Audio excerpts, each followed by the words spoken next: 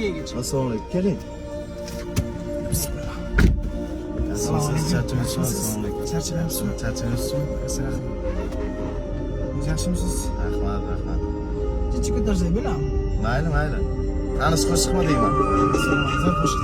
Bolalikni eslatadi. Bulasın ey cemaat, bela olubdu revayet. Sanmayın ki yalandır, hakikidir olandır. Bulasın ey cemaat, bela olubdu revayet. Sanmayın ki yalandır, hakikidir olandır. Kasıpçılık hayatı, çok sıkır cemaati. Suhbat açın yerinden, rayanların birinden. Bir tane cavan var emiş, hakka taraftar emiş. Uzun sözüm kısası, var emiş bir anası. Anine fakredilmiş, hak yönünü gedirmiş. Bir tuna haca ana, söyledi ki oğlana.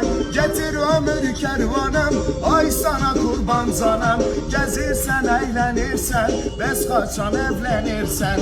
Oğul eşitip sözlerim, ışıklandı gözlerim. Dedi ki ay aziz ana, düşma gama hecrana.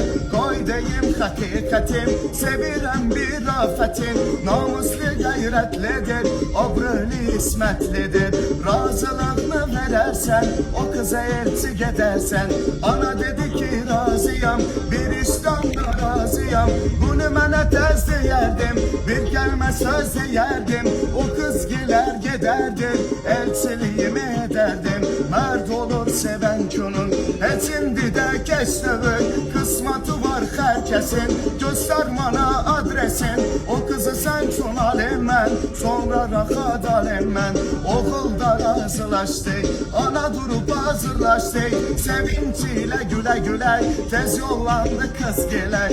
Getib alıp cevabın, kazandı sevabın. Oğlan murada taptı, tüm sevenler azattı. Sevgisi mühkem oldu, ama ahırı gam oldu. Üstüne hayli çeşti, miskün geldi yetişti. Gördü yoktur imkanım, fitirden eriyor canım. Çok götür koy eyledi, neyliyim ben söyledi. Öz-özüne danışırdı, yanırdı alışırdı. Birden hayala daldı, dostun yadına saldı. Dedi uşalık yoldaşım, canım dostum sirdaşım. Rüsiyettedir bu saat, özü de yaşayır rahat. Manzara qilaman. Qo'ldan kelgancha. Yaxshi. Rahmat aka, sog' bo'ling. Rahmat katta, charchamang. Sog' bo'ling. Ovozga ovoz qo'shilsin. Rahmat, sog' bo'ling.